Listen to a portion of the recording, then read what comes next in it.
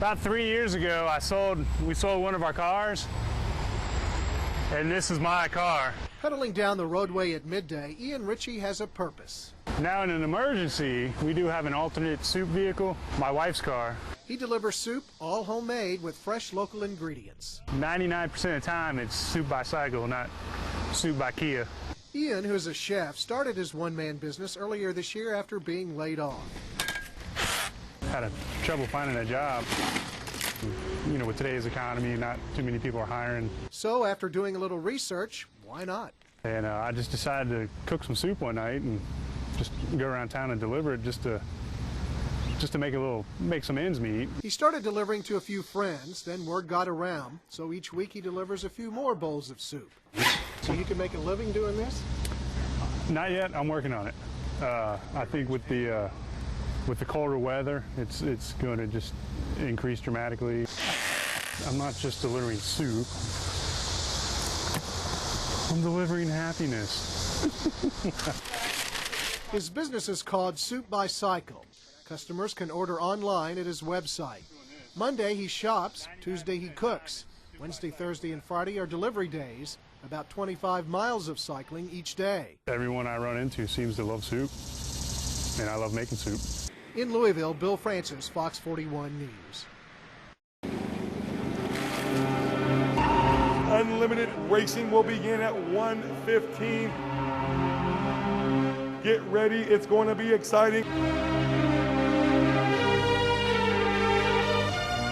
Tell you, a great day to be on the river here at the 60th running of the Lucas Oil Products Indiana Governor's Cup Medicine Regatta. The course is in excellent condition right now. Typically, it can be kind of choppy in turn two, but right now we have great water. The Ohio River is really difficult. It's very unpredictable. There's a lot of ground swells that come up, you know, completely unexpected. It's just exhilarating and fun. You put your foot down and that horsepower is right behind you, kicking you in the butt. It's a great time.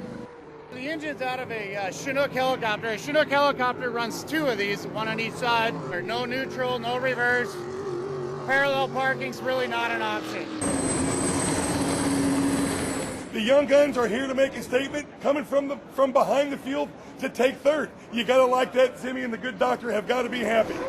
Sometimes when you take the turns, like out here in this turn one, it's a little rough. There's some holes in the water. You're kind of holding on for dear life, to be honest. If you let your mind get too wrapped around getting injured, you're probably not going to have a job very long. We have a lot of safety equipment. I wear a Hans device and a full air helmet, and you rely on that. And if you're out there worrying about, you know, what's going to happen next, you're not focusing on the race, and that's when you're going to get hurt.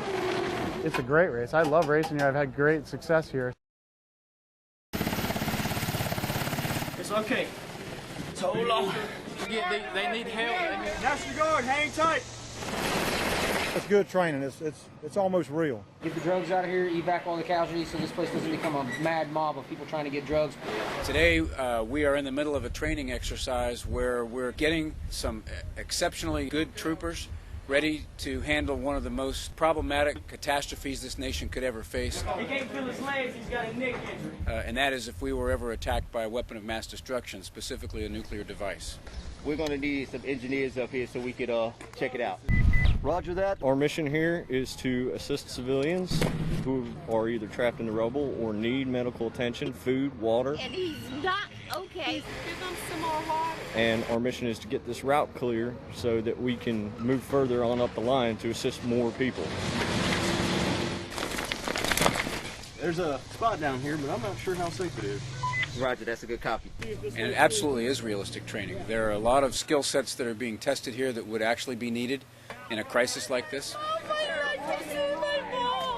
It's all emotional. So we need to get someone. We need to get that truck over here with all the food and water. I got to get in here. I'm not backing up. We can't let you in. Putting these folks through the ringer, and believe me, this is a very important capability for our nation. We sort of train off in a corner here. It's not the most glamorous thing we do, but we absolutely have to be ready for this mission.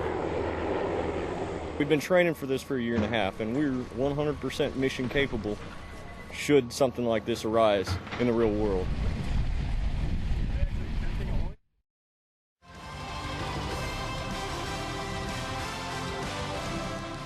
1,000 horses from 60 nations, elegance, grace, and glory.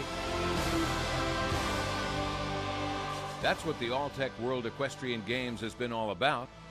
Now, there's nothing left but road apples. Where there are horses, there's poop. Plenty of poop. Yes, the horses may get to eat the best food money can buy, but what goes in must come out. And you see, they're not housebroken, which tends to take away from the elegance, the grace, and the glory. So that's where the manure meister comes in. Andy Reynolds doesn't ride a noble steed, but an electric golf cart. Still, he's the unsung hero of the equestrian games at the Kentucky Horse Park. Well, I used to be working on a farm with animals and hay in the backer and stuff like that. You got to keep these rings pretty clean because it gets down into that new footing and stuff, and it's hard to get out. That's an expensive surface. Yes, it is. Yeah, they're very expensive. The horses are magnificent athletes, but it's what they leave behind that Mr. Reynolds spends 10 or 12 hours a day collecting.